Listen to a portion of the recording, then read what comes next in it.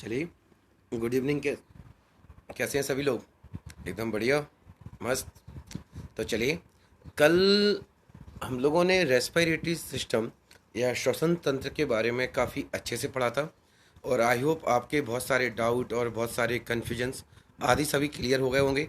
और जो भी आपके पास नोट्स हैं या घर पे स्टडी मटेरियल है, आपने उससे बहुत अच्छे से पढ़ लिया होगा। मुझे ही पता है कि इसमें बहुत लंबा चौड़ा समय नहीं लगना था।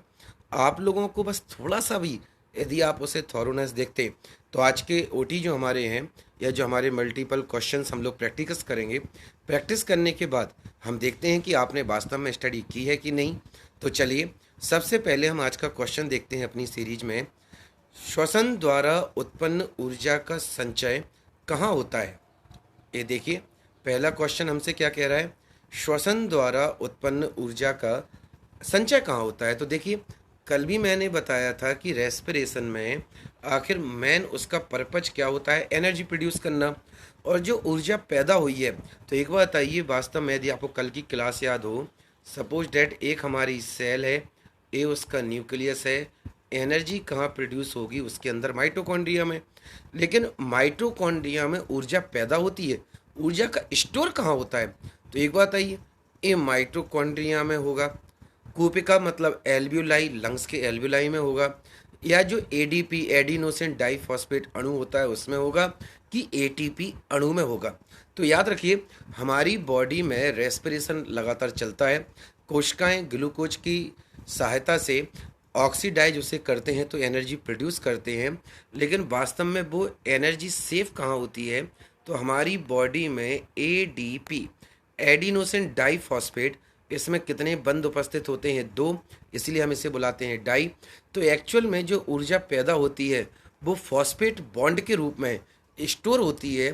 तो एडीपी में जब एक फॉस्फेट बॉन्ड एनर्जी का आएगा, तो ये डी की जगह होता है टी, इसीलिए इसका पूरा नाम हो जाता है एटीपी, या ऐसे हम बुलाते हैं एडिनोसिन ट्राईफॉस्फेट। तो ट्राई का मतलब फॉस्फेट बंद कितने हो जाते हैं? तीन। तो याद रखिए, इसका सही आंसर क्या होगा? डी, श्वसन द्वारा उत्पन्न ऊर्जा। तो ऊर्जा प्रोड्यूस कहाँ होती है? माइटोकॉन्ड्रिया। यदि ये पूछा जाता तो ये ऑप्शन सही होता, लेकिन क्वेश्चन में क्या पूछा गया है कि आखिर वो स्टोर कहाँ हो रही है? तो स्टोर कहाँ होती है? एटीपी में। एक्चुअल में कोशिकाओं में जनरली कंडीशन में क्या होता है? एडीपी। लेकिन जब ऊर्जा आ जाती है तो एक फॉस्फेट बॉन्ड एक्स्ट्रा बन जाता है, तो एडीपी कन्वर्ट हो जाता है एटीपी में। तो पहला क्वेश्चन क्लियर। चलिए अगले क्वेश्चन की तरफ हम देखें। श्वसन में बाहर निकली वायु में CO2 की मात्रा कितनी होती है? ये तो हमारा तो एक बात याद रखिए, सामान्य वायुमंडल में CO2 कितना होता है? 0.03%। लेकिन मैंने बताया था कि हमारी बॉडी की कोशिकाएं जब श्वसन करती हैं तो ऑक्सीजन का उपयोग करती हैं, और बदले में क्या प्रोड्यूस करती हैं? तो CO2। तो यही पूछा गया है कि जो ब्लड वास्तव में पल्मोनरी आर्टरी या फुफ्फुस धमनी के माध्यम से लंग्स में आता है, उसमें CO2 का पर सेल परसेंटेज कितना होता है? तो वो कितना होता है? 4%। ये जरूर याद रखिए, यही आपको याद आ गया होगा जो हमने कल डिस्कस किया था।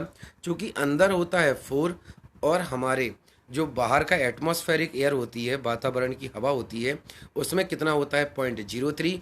तो अंदर होता है ज़्यादा और बाहर होता है कम।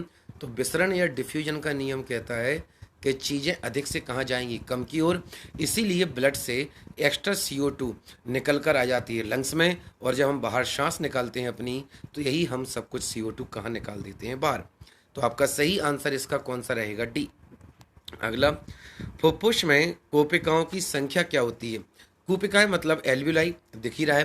तो एक बात याद रखिए, ये जो हमारी ट्रैकिया थी, जो श्वास नली आ रही थी, और इसकी कई सारी ब्रांचेज, आपको याद आ गया होगा, हमारे लंग्स में जाके अंदर डिस्ट्रीब्यूट हो रही थी। और वास्तव में जो इसकी जो ब्रांचेस थी, इसके आखिरी पर मैंने कल भी बताया था कि जो बैलून होता है, गुब्बारे जैसी संरचना, जो कि गुब्बारे की तरह फूलता भी है और पिचकता भी है। तो एक्चुअल में यदि हम दोनों फेफड़ों का काउंट करें, दोनों लंग्स का काउंट करें, तो ये संख्या पहुंच जाती है लगभग 30 करोड़। कोई छोटी मोटी संख्या नहीं है, बहुत बड़ी संख्या है। और यदि हम पूरे लंग्स को देखें और उसके अंदर इतनी एयर भरती है एल्वियोलाइज के अंदर, उसका हम एरिया काउंट करें, तो याद रखिए वो हो जाता है लगभग लगभग 600 to 800 स्क्वायर फीट। कितना लंबा चौड़ा एरिया होता है, सोचिए, 800 स्क्वायर फीट। जितने में एक प्लॉट होता है उतना एरिया एक कवर करते हैं जब ये फुलफिल्ड हो जाते हैं एयर से। तो याद रखिए दोनों लंग्स में टोटल काउंट करें तो एल्वियोलाइज की नंबर ऑफ एल्वियोलाइज कितने होते हैं, 30 करोड़। अगला, प्रक्रिया जिसमें ऊर्जा अवशोषित होती है, ये काफ़ी अच्छा क्वेश्चन है, इंटरेस्टिंग क्वेश्चन भी है, इसे समझना है अच्छे से। प्रक्रिया जिसमें ऊर्जा एब्जॉर्ब हो रही है, जो हमारी रेस्पिरेशन होती है उसमें वास्तव में ऊर्जा अवशोषित नहीं होती, उसमें क्या होती है, उत्सर्जित, उसमें ऊर्जा निकलती है बाहर। जबकि हमसे क्वेश्चन क्या कह रहा है, वो कौन सी प्रोसेस है जिसमें ऊर्जा एब्जॉर्ब होती है। तो अभी अभी मैंने आपको बताया था, अभी मैंने क्या बताया था कि एडीपी, जो फर्स्ट क्वेश्चन था, एडीपी से जब एटीपी बनते हैं तो एक एनर्जी फॉस्फेट बूंद के रूप में स्टोर हो रही थी, संचय हो रही थी। तो यार जब वो संचय होगी तो जाहिर सी बात है एक सिस्टम से एनर्जी वो करेगी एब्जॉर्ब। तो इसका सही आंसर तो कौन सा हो जाएगा, बी, कि एडिनोसिन डाइफॉस्फेट से जब एटीपी बनता है तो रियल में एनर्जी क्या होती है, एब्जॉर्ब। जबकि दूसरा देखें, जो एटीपी से एडीपी बनता है, एक्चुअल में ऊर्जा पैदा हो गई, अच्छी बात है, एडीपी कन्वर्ट हो गया एटीपी में, लेकिन जब एटीपी तो एनर्जी हमेशा, एनर्जी एब्जॉर्ब नहीं, एनर्जी कैसी होती है, उत्सर्जित। तीसरा लिखा है ग्लूकोज के ऑक्सीडेशन से, ये तो हमारी रेस्पिरेशन की नॉर्मली इक्वेशन ही होती है, C6H12O6 प्लस 6O2, तो जो CO2 और H2O में कन्वर्ट हो जाता है। बट याद रखिए इसमें ऊर्जा पैदा हो रही थी ना कि एब्जॉर्ब। तो हमारा सही आंसर कौन सा हो जाएगा, बी। अगला क्वेश्चन, फेफड़ों में गैसों का आदान प्रदान किस क्रिया द्वारा होता है। देखिए बार बार मैंने कल आपको चार्ट के द्वारा भी समझाया था, तो जिन लोगों ने कल का वीडियो ना देखा हो वो एक बार उसे देख जरूर लें, क्योंकि उसमें बहुत सारे डाउट नहीं तो आपको आते ही रहेंगे। तो एक बात बताइए, मैंने कल भी आपसे बोला था कि हम लोग जो बाहर से गैसेज लेते हैं उनमें क्या होता है, ऑक्सीजन का परसेंटेज बाहर होता है कम, और हमारी ब्लड में, बॉडी में, लंग्स से जो ब्लड कांटेक्ट में आ रहा था उसमें कितना था, कम। देखिए बाहर कितना होता है 21 और अंदर कितना होता है 17।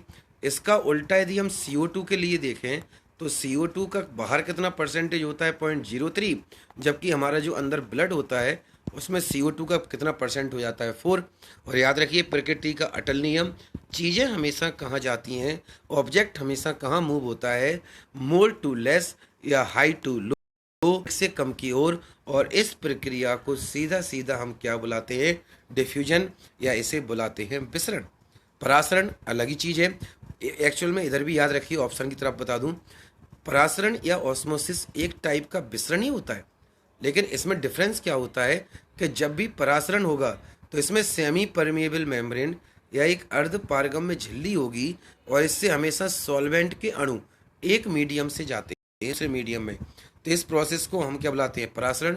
लेकिन जो क्वेश्चन में पूछा गया था, जहाँ पर कोई सेमी परमेबल मेम्ब्रेन या अर्ध पारगम्य झिल्ली हमारे लंग्स में नहीं होती, तो ये बड़ी सिंपल सी प्रोसेस होती है, इसे हम क्या नाम देते हैं, विसरण।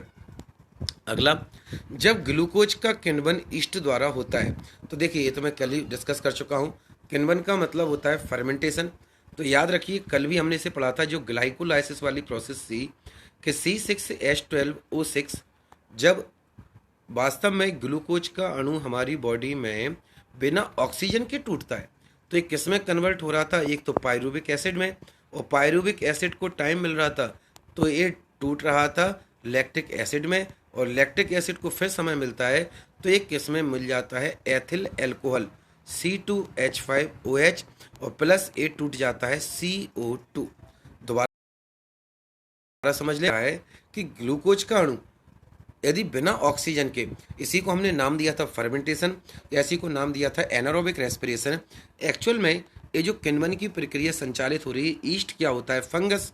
तो हुआ क्या कि C6H12O6 किस में टूटा, पायरुविक एसिड में। पायरुविक एसिड थोड़े समय बाद किस में कन्वर्ट हो जाता है, लैक्टिक एसिड, और लैक्टिक एसिड किस में टूट जाता है, एथिल एल्कोहल, और एथिल एल्कोहल का ही दूसरा नाम क्या होता है, एथेनॉल। याद रखिए काफ़ी अच्छा क्वेश्चन है ये, मैं आप केमिस्ट्री पढ़ेंगे हम लोग जब आगे, ये लॉकडाउन का समय, तो याद रखिए थोड़ा सा ब्रीफ ही हम पढ़ रहे हैं, बट एक ओवरऑल समरी बड़ी अच्छी पढ़ रहे हैं, जिससे आपका टॉपिक इंटरेस्टिंग भी रहे और आपको रिमाइंडर भी रहे। तो एक्चुअल में केमिस्ट्री में हम पढ़ेंगे कि जो एल्कोहल फंक्शनल ग्रुप होता है, तो एल्कोहल का सफिक्स हम क्या पढ़ते हैं, ऑल, और जब C2 होता है तो इस कार्बन के 2 परमाणु होते हैं तो उसे हम क्या बुलाते हैं, एथ। तो एथ के आगे OH क्रियात्मक समूह है, एल्कोहल क्रियात्मक समूह है, तो उसका उच्चारण या प्रोनाउंसिएशन क्या हो जाता है? ऑल। तो ये पूरा नाम हो जाता है एथेनॉल प्लस। याद रखिए इसमें स्लाइटली 2 मॉलिक्यूल्स निकलते हैं कार्बन डाइऑक्साइड के, तो हमारा सही आंसर क्या हो जाएगा? सी, एथेनॉल प्लस CO2। अगला, कार्बन मोनोऑक्साइड का विषैला प्रभाव इसलिए कि यह हीमोग्लोबिन से ऑक्सीजन की तुलना में कितनी गुना ज़्यादा क्रियाशील है। याद रखिए एक बंद कमरे में मान लीजिए एक हमारा रूम है और हम इसे बंद कर कर इसके किसी कॉर्नर में कुछ आग जला रहे हैं, तो उस कमरे में जिस गैस की मौजूदगी सबसे ज़्यादा होगी वो कौन सी होती है? Carbon monoxide. फॉर एग्जाम्पल, सर्दियों में हम लोग अक्सर कोयला जलाते हैं, आपने भी देखा होगा। कोयला हम कब जलाते हैं? सर्दियों में। और हमने अपना पूरा कमरा बंद कर लिया कि नो नो बिल्कुल सर्दी ना आए, ठंडी हवा नहीं आए। तो एक बात याद रखिए, जब पूरा कमरा बंद होगा तो ऑक्सीजन बाहर से अंदर काफ़ी कम आएगी, और जब वो कम आएगी तो जो हमारा कोयला कार्बन है कम ऑक्सीजन में जब ये जलेगा तो ये CO2 गैस की जगह क्या बनाएगा? Carbon monoxide.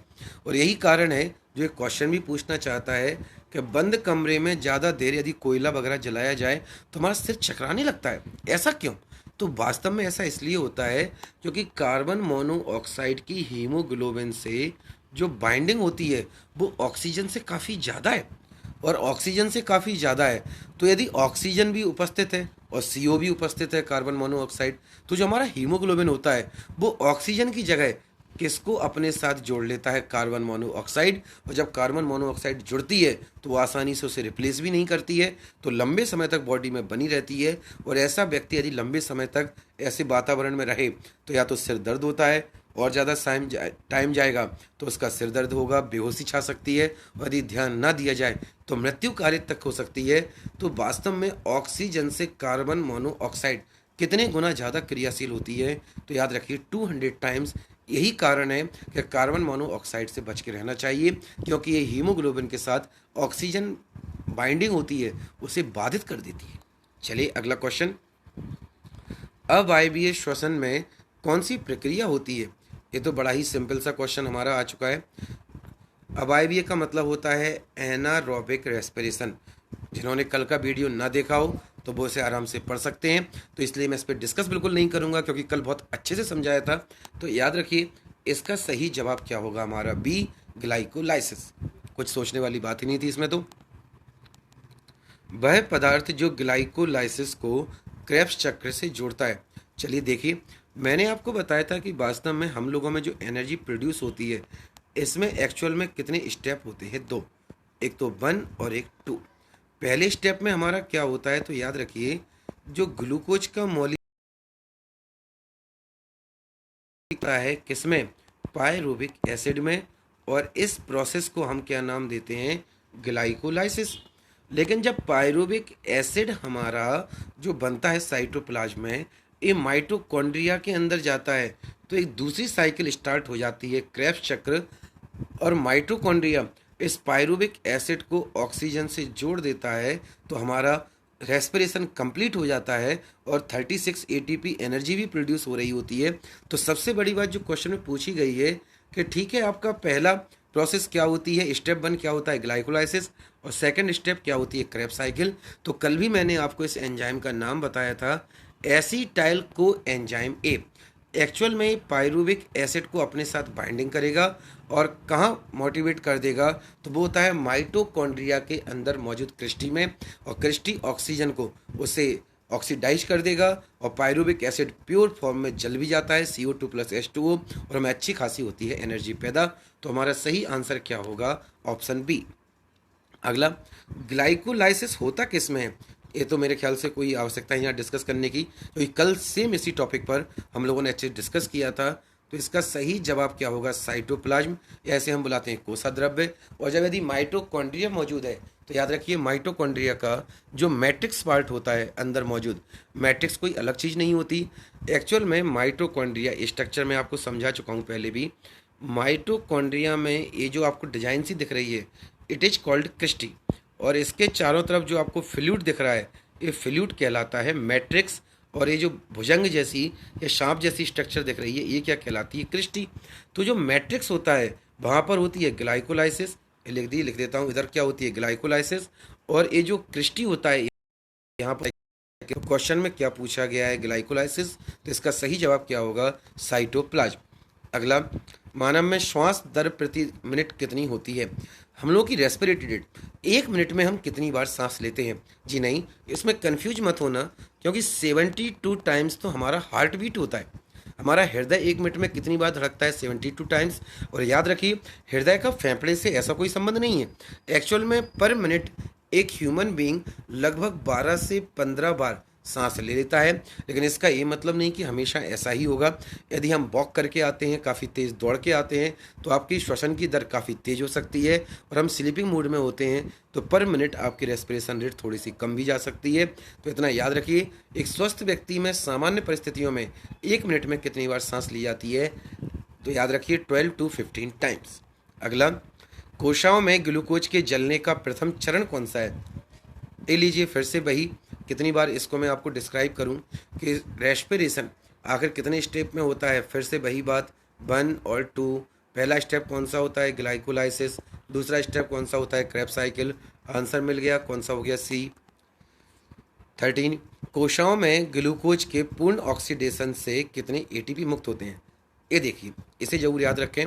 बात तो वही करूँगा मैं, वास्तव में ऑक्सीडेशन ग्लूकोज का कितने स्टेप में कंप्लीट हो रहा था? 2, स्टेप 1 और स्टेप 2।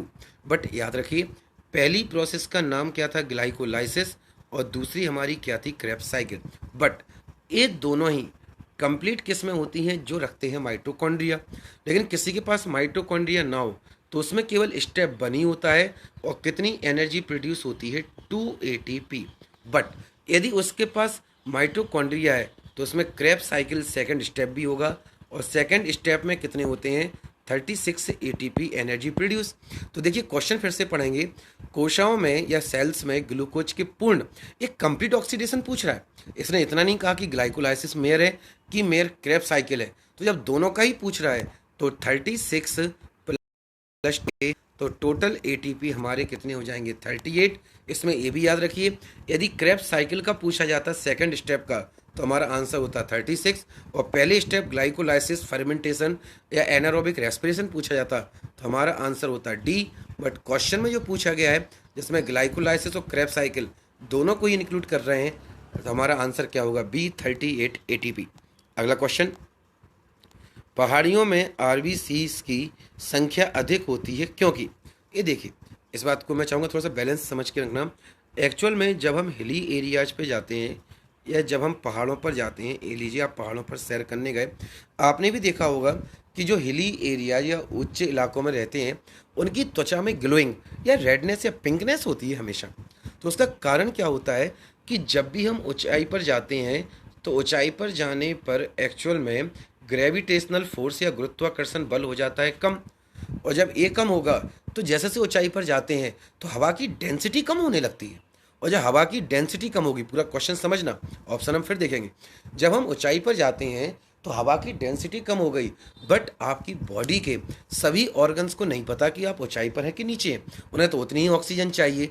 तो अब एक बात बताइए, जब पहाड़ों पर हवा कम है, ऑक्सीजन कम है, लेकिन आपकी बॉडी की डिमांड है उतनी, लेकिन अब ऑक्सीजन कम है तो आपकी सप्लाई चेन तो थोड़ी सी कम हो रही है। तो एक्चुअल में है क्या कि जब ऑक्सीजन कम है तो क्यों ना बॉडी में आरबीसी की संख्या बढ़ जाए। संख्या ज़्यादा होगी तो कम ऑक्सीजन उपलब्ध है, लेकिन जब आरबीसी ज़्यादा होगी तो वो ज़्यादा से ज़्यादा ऑक्सीजन को अपनी साइड खींचेंगी, और ज़्यादा से ज़्यादा ऑक्सीजन खींचेंगी तो अपनी बॉडी में सप्लाई अच्छे से हो जाएगी। जितनी नॉर्मल नीचे थी उतनी ऊंचाई पर होगी। लेकिन इससे दो कॉन्सेप्ट क्लियर हुए। एक तो क्या कि पहाड़ पर जाने पर एयर की डेंसिटी होती है कम, और डेंसिटी कम होगी तो आरबीसीज की संख्या हमेशा बढ़ जाएगी। इसका कारण है कि जब कम आपूर्ति है और शरीर की डिमांड उतनी है तो क्यों ना आरबीसी की संख्या बढ़ाकर कम ऑक्सीजन उपलब्धता को बढ़ा दिया जाए।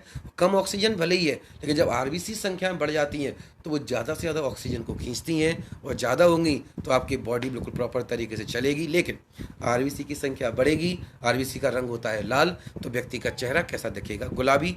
वेल, सही आंसर हमें मिल चुका है और आंसर क्या होगा? सी। अगला, 1 ग्राम मोल से उत्पन्न होने वाली ऊर्जा अधिकतम किसमें? ये देखिए, मोल फॉर्मूला हमारी केमिस्ट्री में आएगा, बट अभी थोड़ा सा बता देता हूँ। W upon capital W। Object का जितना वेट दिया गया है और उसका मॉलिक्यूलर या अणुभार जितना होता है, इन दोनों को डिवाइड करें तो हमारा क्या निकलता है? मोल। तो एक्चुअल में एक मोल का मतलब होता है कि किसी पर्टिकुलर ऑब्जेक्ट में हर चीज़ 6.023 इंटू 10⁻23 अणु उसके अंदर उपस्थित हैं। वेल, देखते हैं क्वेश्चन में क्या दिया है। गेहूं के स्टार्च एनर्जी अलग पैदा करेगा। चावल, देखिए स्टार्च गेहूं का भी वही होगा, चाहे चावल खाने में स्वाद अलग दें, चाहे गेहूं अलग दें, चाहे आलू अलग दें, लेकिन तीनों में ही हम कंपेयर किसकी कर रहे हैं? स्टार्च की। तो इसका मतलब सही आंसर क्या होगा? सभी में बराबर। अगला क्वेश्चन, क्वेश्चन नंबर 16। पायरुविक अम्ल में कार्बन परमाणुओं की संख्या कितनी होती है? ये तो मैं कल डिस्कस कर ही चुका हूँ, तो इसमें मुझे ज़्यादा कोई ऐसी आवश्यकता लग नहीं रही है। तो याद रखिए सही आंसर हमारा क्या होगा? वो होगा हमारा 3। पायरुविक एसिड में कार्बन मॉलिक्यूल्स कितने रहते हैं? हमारे 3। तो इसका सही आंसर हो गया ए। ग्लाइकोलाइसिस के अंतर्गत पायरुविक अम्ल को लैक्टिक अम्ल में किन कोशिकाओं में बदला जाता है? ये देखिए बहुत अच्छा क्वेश्चन है। ग्लाइकोलाइसिस मैंने कल भी आपको बताया था कि ह्यूमन बॉडी में जब हम ज़्यादा मेहनत करते हैं तो हमारे लंग्स ऑक्सीजन को हर पार्ट में नहीं पहुंचा पाते। तो जो हमारी मांसपेशियां होती हैं और जो हमारी त्वचा होती है, इन्हें ज़्यादा से ज़्यादा ऑक्सीजन चाहिए मेहनत करते समय, लेकिन उतनी ऑक्सीजन तो मिल नहीं रही। तो ये एनारोबिक रेस्पिरेशन या अवायवीय श्वसन करते हैं, फर्मेंटेशन करते हैं। तो इनमें वास्तव में CO2 और H2O की जगह क्या बनता है? Pyruvic acid. क्रेब्स साइकिल इसमें संपन्न नहीं हो पाती क्योंकि बिना माइटोकॉन्ड्रिया के ही इनमें ये कार्य चल रहा होता है। तो होता क्या है? पायरुविक एसिड एथिल अल्कोहल में बदलता है मसल्स में, और पायरुविक एसिड लैक्टिक अम्ल में कन्वर्ट हो जाता है स्किन में। यही कारण है कई बार आप देखना हमारे स्किन में क्रैम्प जैसे आ जाते हैं, हमें ऐसे लगता है जैसे हमारा पैर मोच गया हो या अजीब से रेसेस से आने लगते हैं। तो वो सब किसका जमाव होता है? लैक्टिक एसिड का। और ये सब किसकी विशेषता होती है? स्किन की। चलिए अगला क्वेश्चन, किसके लिए श्वसन गुणांक 1 से कम होता है? ये तो मैंने कल का अपना हमारा आखिरी टॉपिक था। रेस्पिरेटरी क्वेसेंट का मतलब होता है कि आखिर हम कितनी CO2 प्रोड्यूस कर रहे हैं। प्रोड्यूस का मतलब उत्पादन, और कितनी ऑक्सीजन यूज कर रहे हैं। मैंने बताया था कि जैसे ग्लूकोज होता है, तो ग्लूकोज के लिए रेस्पिरेटरी क्वेसेंट कितना होता है? 1। बाकी फैट और प्रोटीन दोनों का ही कम होता है। बट जो कार्बोनिक अम्ल होता है, याद रखिए कार्बोहाइड्रेट का रेस्पिरेटरी क्वेसेंट कितना होता है? 1। कार्बोनिक अम्ल मैंने कल भी डिस्कस किया था आपसे, इसका होता है 4। काफ़ी ज़्यादा है।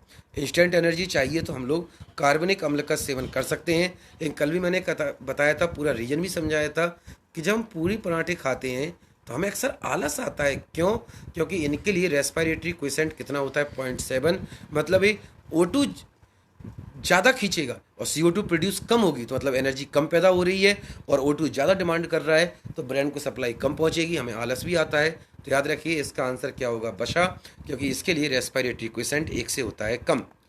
मनुष्य के हीमोग्लोबिन में, ये तो सभी कल का टॉपिक डिस्कस किया था, तो बिल्कुल एक आंसर सही हो सकता है। मनुष्य के हीमोग्लोबिन में ऑक्सीजन के कितने अणु लगे होते हैं? सिंपल सा आंसर है, कल भी डिस्कस किया था, पोरफायरिन रिंग 4। तो ऑक्सीजन मॉलिक्यूल्स भी कितने चिपकेंगे? 4। अगला, निम्नलिखित में से कौन सा रुधिर के हीमोग्लोबिन के साथ अनुत्क्रमणीय संश्लिष्ट बनाता है? अनुत्क्रमणीय का मतलब होता है इरिवर्सिबल। याद रखिए इसे हम क्या बुलाते हैं? इरिवर्सिबल का मतलब होता है कि इसे हम पुनः उसी रूप में ना ला सकें। जैसे हम बर्फ़ को जमाते हैं, अच्छी बात है, हम उसे पिघला भी सकते हैं, थोड़ा गर्म कर दें, लेकिन हम उसे दोबारा फ्रीजर में रख दें तो दोबारा जम भी जाएगा। तो ये प्रोसेस क्या होता है? रिवर्सिबल। बट यदि हम मोमबत्ती को जला दें तो क्या मोमबत्ती की से आप दोबारा वैक्स बना सकते हैं? बिल्कुल नहीं। तो ऐसा प्रक्रम, ऐसा सिस्टम जिसमें चीज़ों को दोबारा दोहरा ना सकें, उसे हम क्या बुलाते हैं? इरिवर्सिबल। तो ये देखिए निम्नलिखित में से कौन सा ऐसा कंपोनेंट है, which one of the following component, जो कि क्या करेगा? ब्लड की हीमोग्लोबिन से एक बार जुड़ जाए तो आसानी से छूटता नहीं है, उसे रिप्लेस नहीं करता। CO2 बिल्कुल ऐसा नहीं करती है। CO2 तो हमने कल भी पढ़ा था, 3 तरीक़ों से आगे बढ़ जाती है। प्योर नाइट्रोजन गैस ये भी ऐसा नहीं करती है, क्योंकि 78% एटमॉस्फेयर से लंग्स में जाती है, और प्रोटीन वगैरह के कारण अंदर भी 78 था, तो वो नॉर्मली एक्सचेंज था, वहाँ कुछ एक्सचेंज हो ही नहीं रहा था क्योंकि दोनों का कंसंट्रेशन कैसा था? बराबर। तो ये भी नहीं बनाती है। लेकिन अभी अभी मैंने बताया था कार्बन मोनोऑक्साइड यदि एक बार ब्लड के हीमोग्लोबिन से जुड़ जाए तो ये आसानी से नहीं छूटती है। तो इसका सही आंसर क्या हो जाएगा? Carbon monoxide. हीलियम का इससे कोई संबंध नहीं, हीलियम बिल्कुल रिवर्सिबल होती है और आसानी से अलग भी हो सकती है। तो आज की सीरीज में हमारे इतने ही क्वेश्चंस हैं। आई होप सभी ने अच्छे से एंजॉय किया होगा और मैक्सिमम नंबर्स आज आपने अचीव भी किए होंगे। तो आज का चैप्टर, आज का टॉपिक, आज का सेशन हमारे लिए इतना ही है। कल याद रखिए हम लोग पढ़ेंगे अपना ब्लड सर्कुलेशन सिस्टम, जिसमें हम हार्ट अपना भी पढ़ेंगे, बर्ड्स का, पक्षियों का भी देखेंगे, अन्य जितने भी हमारे एनिमल्स होते हैं उनका हम स्टडी करेंगे। तो कल से हमारा याद रखिए नया टॉपिक स्टार्ट होगा और वो होगा सर्कुलेशन या परिसंचरण तंत्र। आज के लिए थैंक यू सो मच।